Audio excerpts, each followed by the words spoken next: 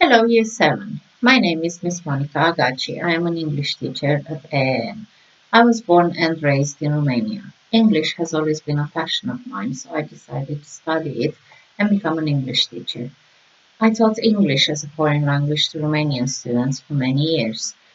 7 years ago, I decided to move to England and become a teacher here. I have been an English teacher at AAN for 3 years now. Reading and traveling are two of my biggest passions because I consider they help me broaden my mind, they help me learn a lot about the world and help me understand it better. Today, I am going to read you Chapter 10 of Alice's Adventures in Wonderland. Chapter 10 The Lobster Quadrille. The Mock Turtle sighed deeply and drew the back of one flapper across his eyes. He looked at Alice and tried to speak, but for a minute or two sobs choked his voice. "Same as if he had a bone in his throat," said the Gryphon, and it set to work shaking him and punching him in the back. At last the Mock Turtle recovered his voice, and with tears running down his cheeks, he went on again.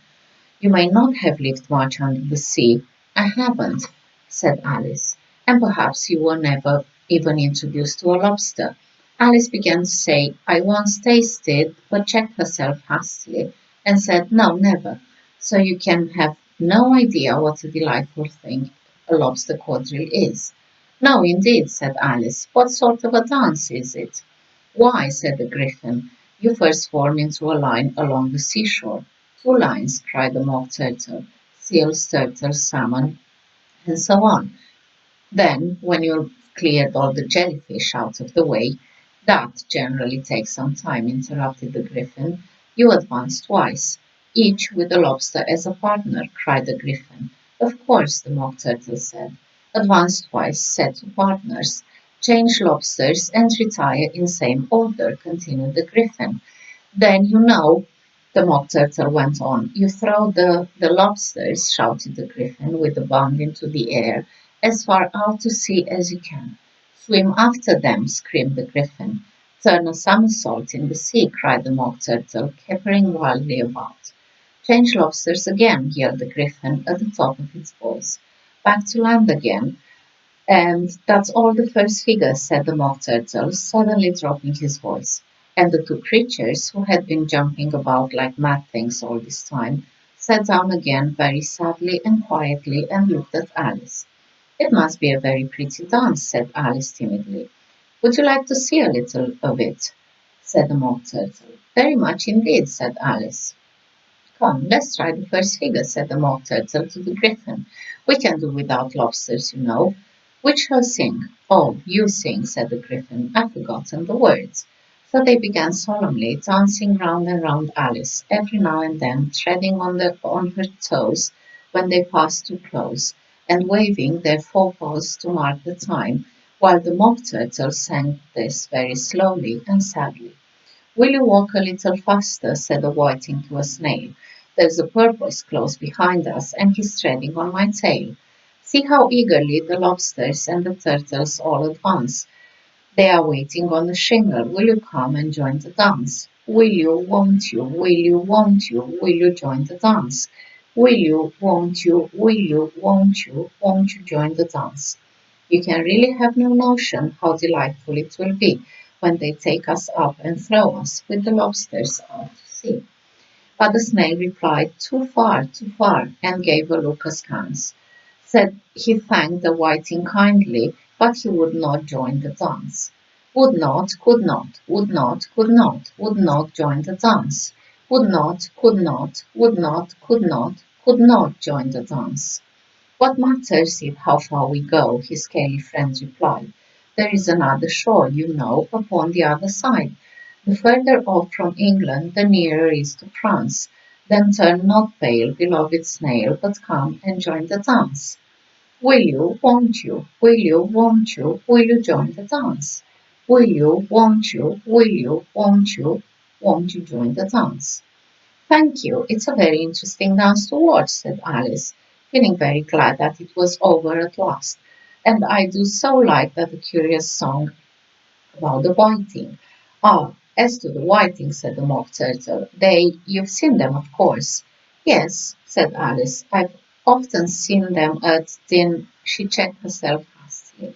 I don't know where Din may be, said the Mock Turtle, but if you've seen them so often, of course you know what they are like. I believe so, Alice replied thoughtfully. They have their tails in their mouths, and they're all over crumbs.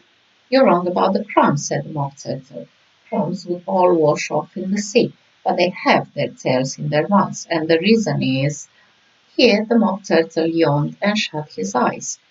Tell her about the reason and all that, he said to the Gryphon. The reason is, said the Gryphon, that they would go with the lobsters to the dance. So they would got, get thrown out to sea. So they had to fall a long way. So they got their tails fast in their mouths. So they couldn't get them out again. That's all. Thank you, said Alice. It's very interesting. I never knew so much about a whiting before. I can tell you more than that if you like, said the Gryphon. Do you know why it's called a whiting? I never thought about it, said Alice. Why? It does the boots and shoes, said the Gryphon replied very solemnly. Alice was thoroughly puzzled. Does the boots and shoes, she repeated in a wondering tone. Why, what are your shoes done with? Said the Gryphon. I mean, what makes them so shiny? Alice looked down at them and considered a little before she gave her answer. They're done with blacking, I believe. Boots and shoes under the seas, the Gryphon went on in a deep voice, are done with whiting. Now you know. And what are they made of? Alice asked in a tone of great curiosity. Soles and eels, of course, the Gryphon replied rather impatiently. Any shrimp could have told you that.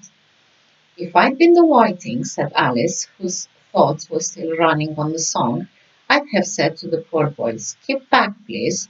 We don't want you with us. They were obliged to have him with them, the Mock Turtle said. No wise fish would go anywhere without a porpoise. Wouldn't it really? Said Alice in a tone of great surprise. Of course not, said the Mock Turtle. Why, if a fish came to me and told me he was going a journey, I should say, with what purpose?